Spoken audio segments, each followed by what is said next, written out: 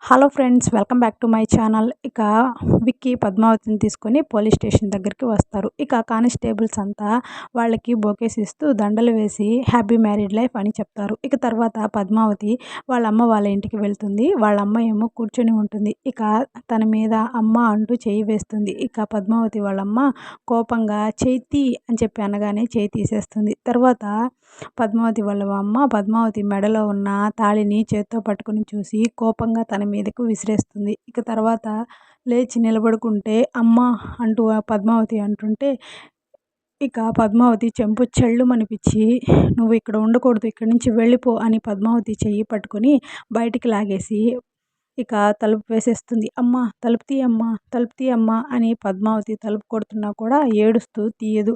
దీనికంతటికీ కారణం ఈ తాళే అని చేత్తో పట్టుకుంటుంది. ఈ తాళి నాకొద్దు అని తెంచబోతుంటే అప్పుడే అక్కడికి విక్రమాదిత్య వస్తాడు.